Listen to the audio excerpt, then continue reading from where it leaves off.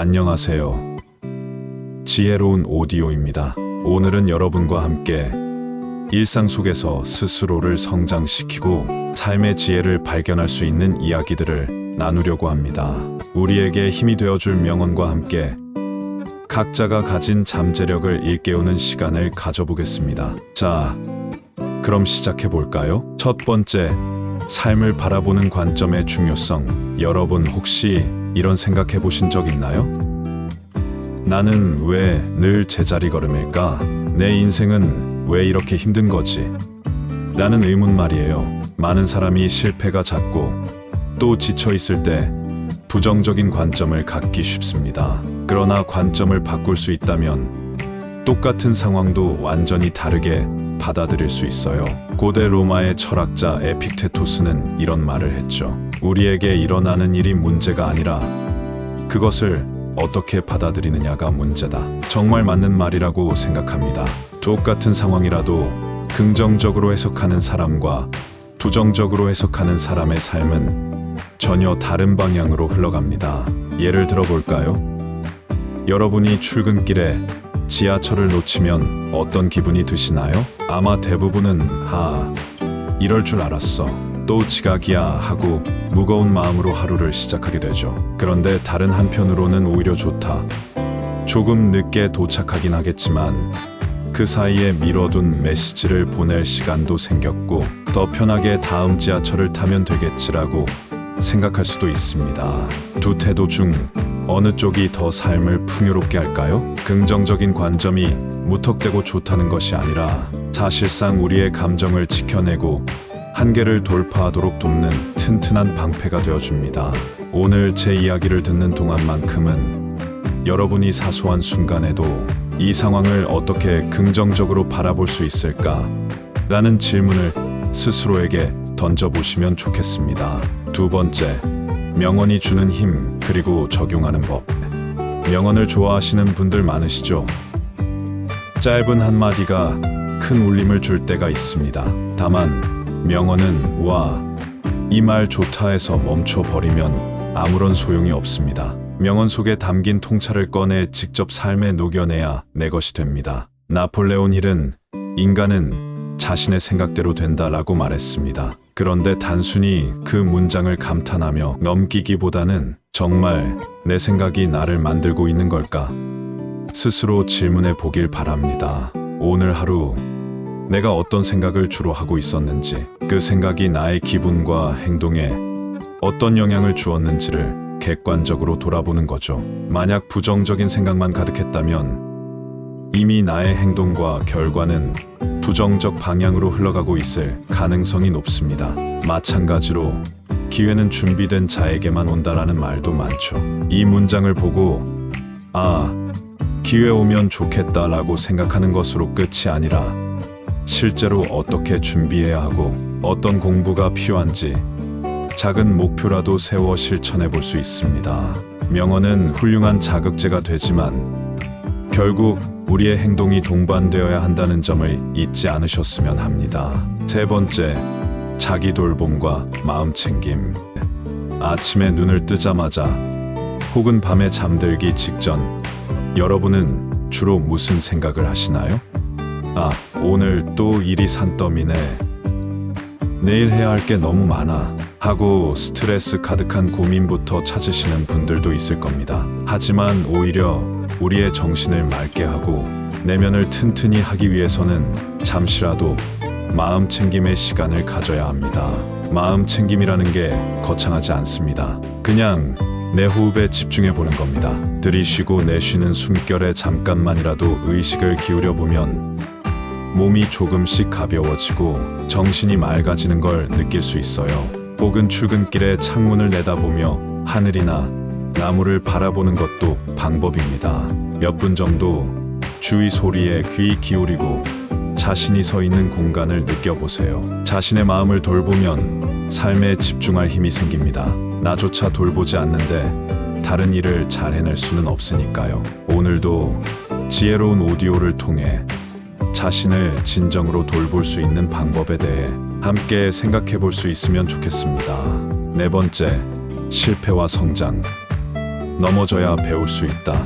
여기 계신 분들, 혹은 이 방송을 듣고 있는 분들 중에는 나는 왜 이렇게 실패만 하지? 하고 좌절한 경험이 한 번쯤은 있으실 거예요. 그런데 사실 우리는 실패를 통해 성장한다는 말을 수없이 들어왔습니다. 그런데도 실패하면 상처를 받고 스스로를 부끄럽게 여기며 더 움츠러들죠. 이 지점에서 다시 한번 생각해 볼 것은 실패가 주는 피드백입니다. 실패 후에 이건 내 잘못이야, 나는 역시 안 돼라고 결론 내버리면 그 실패는 아무 소용도 없게 됩니다. 하지만 왜 실패했을까? 다음에는 어떻게 하면 더 나은 결과를 얻을 수 있을까?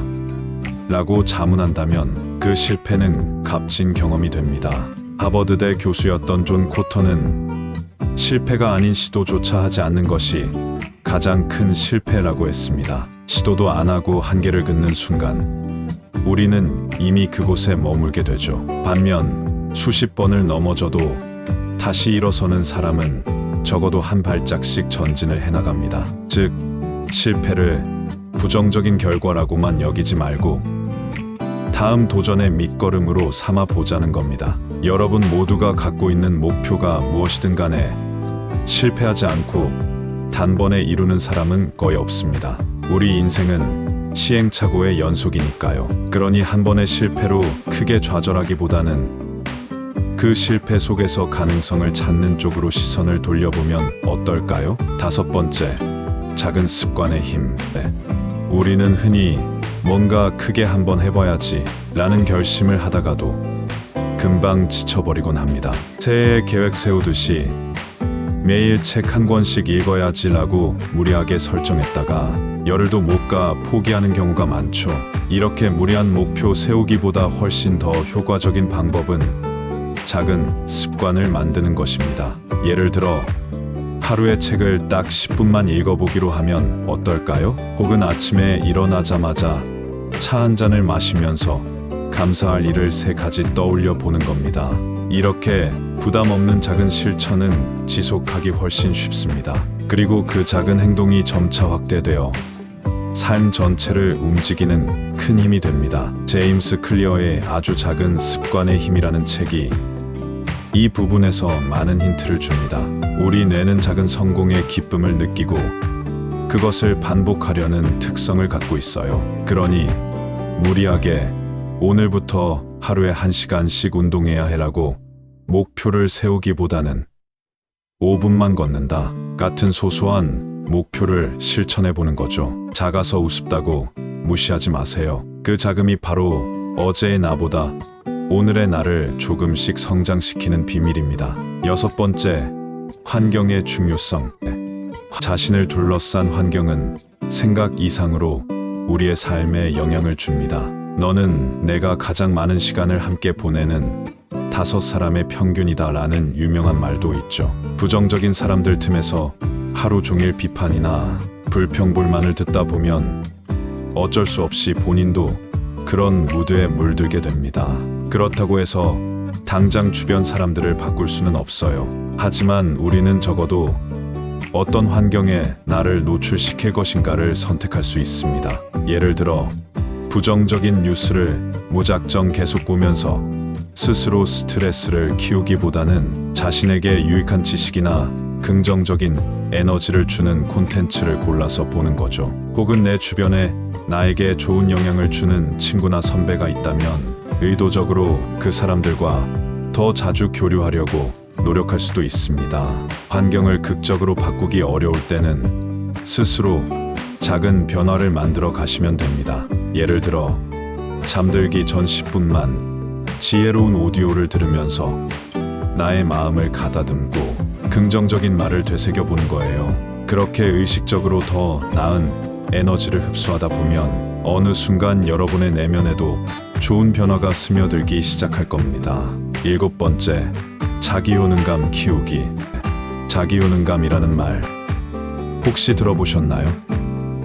심리학에서는 어떤 일을 할 때 난 이걸 해낼 수 있어 라고 믿는 마음의 정도를 자기효능감이라고 부릅니다. 이 자기효능감이 높은 사람은 목표를 달성할 가능성도 높고 어려움을 맞이해도 쉽게 포기하지 않습니다. 그럼 자기 효능감은 어떻게 키울 수 있을까요?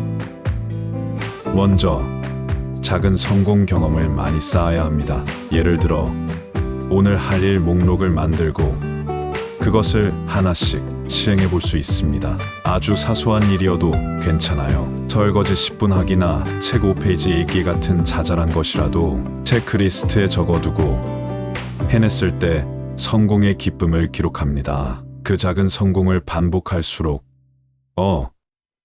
나 생각보다 할 수 있잖아 라는 믿음이 조금씩 자라나죠. 또한 주변의 격려도 큰 힘이 됩니다. 자신이 잘 해낸 일에 대해 누군가 좋아 보인다, 정말 해냈구나 라고 응원해주면 더 큰 자신감을 얻게 됩니다. 하지만 우리가 꼭 알아야 할 것은 타인의 인정만을 바라는 순간 자기 효능감 대신 타인 의존이 될 수 있다는 점이에요. 주변의 격려를 발판 삼되 최종적으로 나를 칭찬하고 동기부여하는 사람은 바로 나 자신이어야 한다는 걸 기억하시기 바랍니다. 8번째, 두려움과 마주하기. 두려움은 누구에게나 있습니다. 내가 이 길을 가면 실패하지 않을까? 내가 이 말을 했다가 사람들이 뭐라고 비웃지 않을까? 하는 식으로 두려움은 언제든 우리를 방해합니다. 하지만 두려움을 완전히 없애는 건 사실상 불가능에 가깝습니다. 그보다 더 중요한 건 두려움을 어떻게 대할 것인가입니다. 심리학자 수전 제퍼슨은 두려움을 느껴도 괜찮다, 그럼에도 불구하고 실행하라라는 책을 통해 두려움 자체를 나쁘게 볼 것이 아니라 그것을 인정하고 자신의 일부로 받아들이라고 말합니다. 실제로 우리가 무언가를 두려워한다는 것은 그만큼 그것이 우리에게 중요하다는 증거일 수도 있어요. 진심으로 원하는 목표이기에 더 실패가 두려운 것이죠. 그러니 두려움을 나를 가로막는 장벽이라고만 보지 말고 내가 얼마나 이걸 간절히 원하는지 알려주는 신호라고 재해석해 보세요. 그리고 그 두려움을 안고서도 한 발 움직여 봅시다. 그 작지만 커다란 첫걸음이 쌓여 결국에는 두려움을 극복하는 강력한 힘으로 돌아올 겁니다. 9번째, 관계 속에서 배우는 지혜. 인생의 대부분은 결국 관계 안에서 이루어집니다. 가족, 친구, 동료, 그리고 사랑하는 사람. 이 관계에서 오는 기쁨도 크지만 동시에 스트레스와 갈등도 많이 생기죠. 그래서 관계가 우리를 괴롭히기도 성장시키기도 합니다. 갈등이 생겼을 때 내가 틀렸어, 내가 맞아 라는 식으로 접근하면 상황은 오히려 악화되기 쉽습니다. 유명한 심리학자 칼 로저스는 공감적 이해의 중요성을 역설했어요. 즉, 상대가 무엇을 느끼고 어떤 생각을 하는지 진심으로 이해하려고 노력하라는 겁니다. 물론 쉬운 일은 아닙니다. 하지만 그 작은 노력만으로도 상대와 내가 느끼는 상호 존중감이 크게 달라집니다. 또 하나 기억하고 싶은 건 나와 상대방은 결국 서로 다르다는 사실입니다. 나에게 당연한 것이 상대방에게는 당연하지 않을 수 있어요. 왜 저 사람은 나처럼 생각하지 않지? 라고 답답해할 게 아니라 저 사람은 나와 다른 시각을 갖고 있구나 라고 인정하는 태도가 지혜입니다. 이 작은 인식의 전환만으로도 갈등이 협력으로 바뀔 가능성이 커집니다. 10번째, 감사의 힘. 풍요로운 삶의 시작. 감사합니다라는 말은 아주 짧지만 그 파급력은 엄청납니다. 매일 감사 일기를 쓰거나 감사의 마음을 자주 표현하는 사람들은 스트레스 지수가 낮고 삶의 만족도가 높다는 연구 결과가 많아요. 감사는 단순히 예의를 표하는 행동이 아니라 삶을 대하는 태도를 바꿔주는 마법 같은 열쇠입니다. 감사를 느끼면 좋은 것 정도로 치부하지 말고 오늘부터라도 적극적으로 활용해 보시면 어떨까요? 예를 들어 잠자리에 들기 전에 오늘 가장 감사한 일이 뭐였을까를 떠올려 보세요. 아무리 힘든 날이었어도 작은 부분이라도 감사한 순간이 분명히 있었을 겁니다. 그래도 사고 없이 하루가 지나갔네. 내가 좋아하는 커피를 마실 수 있었어. 친구가 안부 전화를 해줬어. 같은 사소한 것들도 좋습니다. 감사를 인식하는 습관이 생기면 생각보다 우리가 이미 많은 것을 누리고 있다는 사실을 깨닫게 됩니다. 그러면 더 큰 불평과 불만보다는 주어진 것을 어떻게 활용할지에 집중하게 되죠. 이건 정말 삶을 풍요롭게 만들어주는 중요한 자세라고 생각합니다. 11번째, 나만의 기준 세우기. 진짜 나로 사는 법. 여러분은 어떤 기준으로 일상을 판단하나요?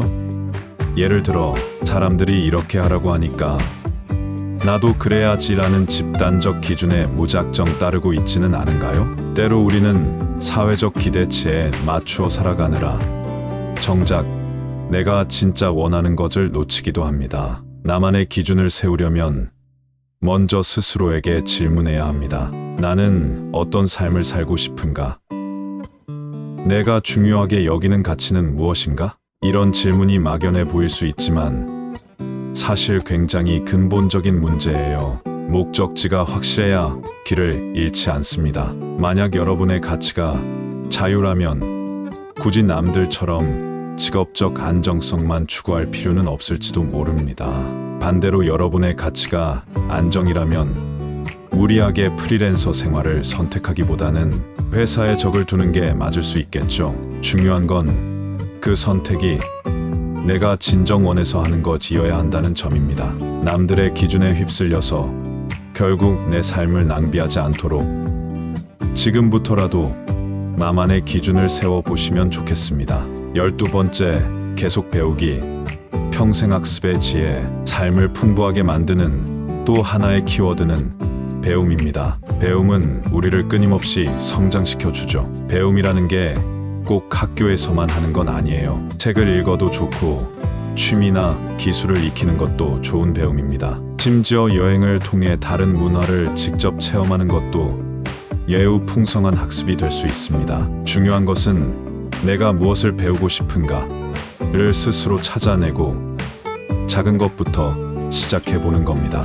어제의 나보다 조금 더 알고 조금 더 이해하고 조금 더 해낼 수 있게 된다면 그건 엄청난 진보입니다. 배움의 즐거움은 우리 뇌를 활기차게 만들어주고 삶의 의욕도 높여줍니다. 정보가 넘치는 세상이라고는 하지만 그 정보가 모두 유익한 것은 아닙니다.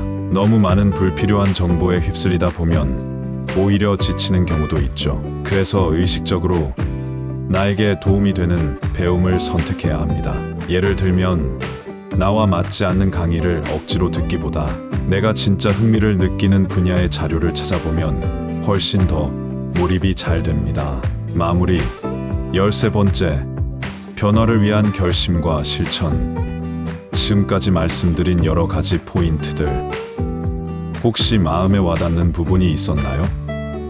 긍정적인 관점, 작은 습관, 실패를 대하는 자세, 감사하는 마음, 자기 효능감, 그리고 나만의 기준. 결국 중요한 건 한 가지입니다. 이 중에서 내가 직접 행동으로 옮길 수 있는 것이 무엇인가? 우리 모두는 매일매일 선택을 하면서 살아갑니다. 그 선택들이 모여 인생을 만들죠. 그렇다면 지금 이 순간 내가 바꾸고 싶은 어떤 사소한 것이라도 골라서 오늘이 가기 전에 시도해보는 건 어떨까요? 5분이든 10분이든 뭔가 작게라도 해보면 그게 곧 나의 미래로 이어지는 초석이 될 겁니다. 마지막으로 오늘의 이야기를 한 문장으로 정리하면 나 자신을 돌보고 성장시키는 데 필요한 것들은 이미 우리 모두에게 있다입니다. 외부의 어떤 거창한 무언가가 나타나서 인생을 바꿔주는 게 아니라 내 안에 있는 가능성을 조금씩 찾아내는 과정이 곧 자기 개발이고 지혜를 쌓는 길입니다. 오늘도 지혜로운 오디오와 함께 해주신 여러분 감사드립니다. 여러분의 하루의 작은 깨달음과 응원의 메시지가 되길 바라며 모두가 자신에게 주어진 내일을 더 멋지게 만들어 가시길 응원하겠습니다. 지금까지 지혜로운 오디오였습니다. 다음 방송에서 더 깊은 이야기로 다시 만나 뵙겠습니다. 들어주셔서 고맙습니다.